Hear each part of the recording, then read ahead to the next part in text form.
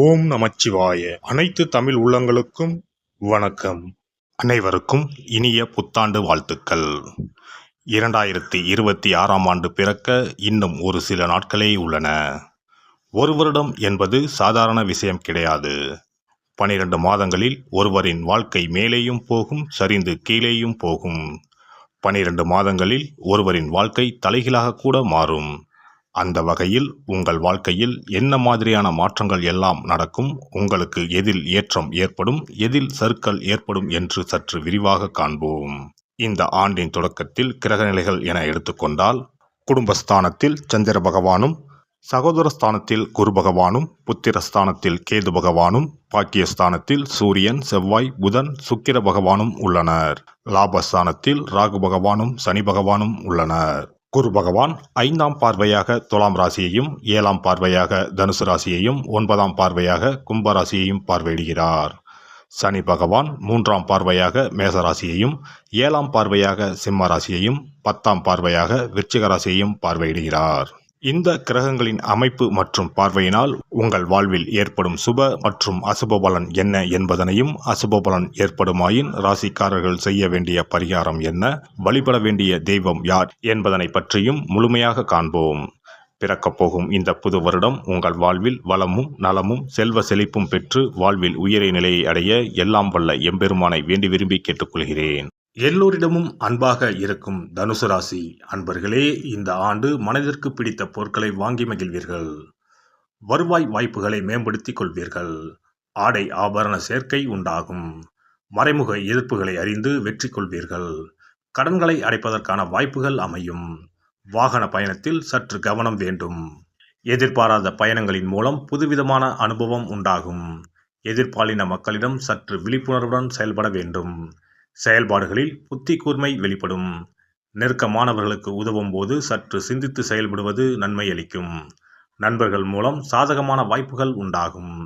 குழந்தைகளை வெளியூர் அல்லது வெளிநாட்டிற்கு அனுப்பி படிக்க வைப்பது தொடர்பான எண்ணங்கள் உண்டாகும். கொடுக்கல் வாங்கலில் எச்சரிக்கையுடன் செயல்படவும். உத்தியோகஸ்தர்களை பொறுத்தவரை இந்த ஆண்டு பணி நிமித்தமான சிந்தனைகள் அதிகரிக்கும். சக ஊழியர்களிடத்தில் அனுசரித்து செல்லவும். விளையாட்டான பேச்சுக்களை குறைத்துக் கொள்வது நல்லது. வித்தியாசமான முயற்சிகள் மூலம் திறமைகளை வெளிப்படுத்தி பாராட்டுகளை பெறுவீர்கள். புதிய தொழில்நுட்ப துறையில் ஈடுபட்டு திறமைகளை வளர்த்துக் கொள்வீர்கள். நுட்பமான சில விஷயங்கள் மூலம் உபரி வருமானத்தை ஏற்படுத்திக் கொள்வீர்கள். வியாபாரிகளை பொறுத்தவரை இந்த ஆண்டு புதிய வியாபாரம் குறித்த எண்ணங்கள் மேம்படும். வெளியூர் மற்றும் வெளிநாட்டு தொடர்புகள் மூலம் ஆதாயம் அடைவீர்கள். ஆன்மீக பொருட்கள் மூலம் சில அனுபவங்கள் கிடைக்கும். இனிப்பு பொருட்களில் சற்று விவேகம் வேண்டும். இரும்பு சார்ந்த துறைகளில் இருப்பவர்களுக்கு புதிய வாய்ப்புகளும் அதற்குண்டான சூழலும் அமையும். பெண்களை பொறுத்தவரை எதிலும் முன்கோபமின்றி பொறுமையுடன் செயல்பட வேண்டும். புதுவிதமான சிந்தனைகள் அதிகரிக்கும். மனதில் தேடல்கள் உருவாகும். சிறுதூர பயணங்கள் மூலம் புதிய அனுபவங்கள் உருவாகும். வாழ்க்கை துணைவரை பற்றிய புரிதல்கள் அதிகரிக்கும். எதிர்காலம் சார்ந்த சில விஷயங்களில் சில மாற்றங்கள் உருவாகும். முதலீடு மற்றும் சேமிப்பு குறித்த எண்ணங்கள் அதிகரிக்கும். அரசியல்வாதிகளை பொறுத்தவரை இந்த ஆண்டு வெளியூர் பயணங்கள் சாதகமாக அமையும். உறவுகள் வழியில் சில நெருக்கடியான சூழல்கள் ஏற்பட்டாலும் மறைமுகமான ஆதரவுகள் கிடைக்கும். பலதரப்பட்ட மக்களின் அறிமுகங்களும் ஒத்துழைப்புகளும் கிடைக்கும். நண்பர்களிடத்தில் தனிப்பட்ட விஷயங்களை பகிர்வதை தவிர்க்கவும். கலைத்துறையில் இருப்பவர்கள் சூழ்நிலை அறிந்து முயற்சிகளை மாற்றி தன்னுடைய இலக்குகளை மேற்கொண்டு வெற்றியடைவீர்கள். வெளிநாட்டு பயணங்களில் இருந்து வந்த தாமதங்கள் மறையும். நுட்பமான சில விஷயங்களையும் எளிமையாக புரிந்து கொள்வீர்கள். மாணவர்களை பொறுத்தவரை இந்த ஆண்டு கல்வியில் ஒருவிதமான ஆர்வமின்மை ஏற்பட்டு மறையும். ஆசிரியர்களிடத்தில் அனுசரித்து செல்லவும். பயனற்ற விவாதங்களை தவிர்ப்பது நன்மையை தரும். உயர்நிலை கல்வியில் சில நுட்பமான விஷயங்களை புரிந்து கொள்வீர்கள். ஆராய்ச்சி தொடர்பான கல்வியில் ஏற்ற இறக்கமான சூழல்கள் உண்டாகும். இந்த வருட கிரக அமைப்புகள் அடிப்படையில் தனுசு ராசி அன்பர்கள் மனதளவில் சில தைரியமான முடிவுகளை எடுப்பார்கள். பயணங்கள் மூலம் புதிய அனுபவங்கள் கிடைக்கும். தனுசு ராசி அன்பர்களே, சஞ்சலமான சில சிந்தனைகளால் குழப்பங்கள் அதிகரிக்கும். நெருக்கமானவர்களிடத்தில் சற்று கவனத்துடன் இருக்க வேண்டும். புதன்கிழமை தோறும் நரசிம்மரை வழிபாடு செய்து வர தடையாக இருந்தவர்கள் விலகிச் செல்வார்கள். சிறப்பு தொகுப்பு. புத்தாண்டு அன்று செல்வம் பெருக நாம் என்ன செய்ய வேண்டும் என்பதனை பற்றி காண்போம். புத்தாண்டு அன்று நாம் சில விஷயங்களை செய்வதன் மூலம் வீட்டில் செல்வ செழிப்பும் அதிர்ஷ்டமும் மகாலட்சுமி கடாட்சமும் உண்டாகும். ஆகையால் புத்தாண்டு அன்று அதிர்ஷ்டம் தரக்கூடிய வகையில் சில விஷயங்களை கட்டாயம் செய்ய வேண்டும். இன்னும் சில நாட்களில் 2026ஆம் ஆண்டு பிறக்கப் போகிறது.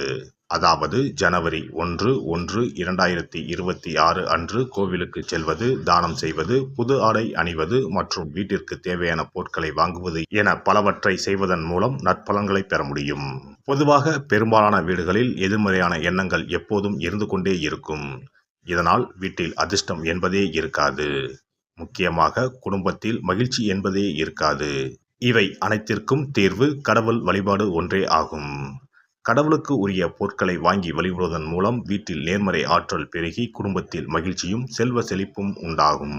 புத்தாண்டு அன்று வாங்க வேண்டிய 3 முக்கியமான பொருள்: துளசி இலை, ஏலக்காய், கல்உப்பு. துளசி இலை, ஏலக்காய், கல்உப்பு ஆகிய 3ம் மகாலட்சுமியின் அம்சம். ஆகையால் வருடத்தின் முதல் நாள் அன்று மேற்கூறிய 3 பொருட்களை வாங்குவதன் மூலம் வீட்டில் செல்வ செழிப்பு உண்டாகும். துளசி இலையை வாங்கி வந்து பூஜை அறையில் பெருமாளுக்கும் ஆண்டாளுக்கும் வைத்து வழிபட வேண்டும்.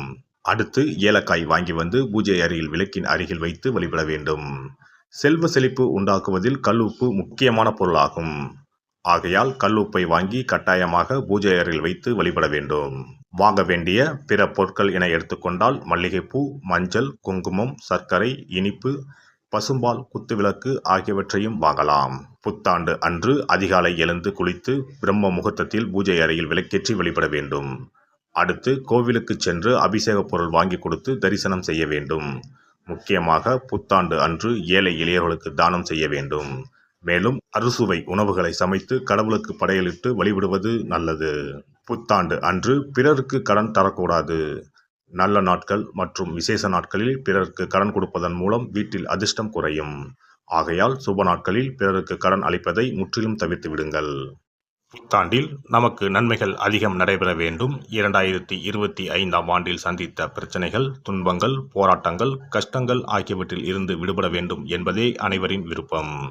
புத்தாண்டு பிறப்பதற்கு முன் எந்தெந்த பொருட்களை நம்முடைய வீட்டில் இருந்து அகற்ற வேண்டும், இவற்றை வீட்டில் வைத்திருப்பதால் என்னென்ன பாதிப்புகள் ஏற்படும் என்பதையும், இவற்றை அகற்றுவதால் புத்தாண்டில் என்னென்ன நன்மைகளை பெற முடியும் என்பதை பற்றியும் தெரிந்து கொள்வோம். வீட்டில் இருந்து உடைந்த அல்லது சேதமடைந்த பொருட்களை அகற்றுவதால் துர் அதிர்ஷ்டங்கள் ஏற்படுவதில் இருந்து விடுபடலாம். இவைகள் எதிர்மறை ஆற்றல்களை எளிதில் ஏற்கக்கூடியவையாகும். உடைந்த பொருட்கள், பழுதான சாதனங்கள், விரிசல் விழுந்த கண்ணாடி, உடைந்த நாற்காலி ஆகியவற்றை வீட்டில் இருந்து அப்புறப்படுத்திவிட்டு புதியவற்றை வாங்கலாம். நல்ல நிலையில் இருக்கும் பொருட்களாக மாற்றுவதால் வளர்ச்சி, நேர்மறை ஆற்றல்கள் ஏற்படும். பழைய துணிகள், புத்தகங்கள், பாத்திரங்கள் ஆகியவற்றை வீட்டில் இருந்து வெளியேற்றி விடலாம். வேறு யாருக்காவது தானமாகவும் அல்லது மறுசுழற்சி முறையில் பயன்படுத்தக்கூடியதாகவும் மாற்றி அமைக்கலாம். இதனால் நேர்மறையான விஷயங்கள் எப்போதும் வீட்டில் நடந்து கொண்டே இருக்கும். தேங்கிய நீர், காய்ந்த பூக்கள் ஆகியவற்றை வீட்டில் இருந்து தூக்கி எறிவதால் எதிர்மறை ஆற்றல்கள் வீட்டில் பரவுவதை தடுக்கலாம். புதிதாக இருக்கும் மலர்கள், புதிய தண்ணீர் ஆகியவற்றால் வீட்டில் எப்போதும் புத்துணர்ச்சி நிறைந்திருக்கும், மகிழ்ச்சி மலரும். காலாவதியான உணவுப் பொருட்கள், மருந்துகள், அழகு சாதன பொருட்களை வீட்டில் வைத்திருப்பதால் வீட்டில் தேக்க நிலை, எதிர்மறையான சூழல் இருந்து கொண்டே இருக்கும். இதனால் வீட்டில் அடிக்கடி நோய்களும் வந்து கொண்டே இருக்கும்.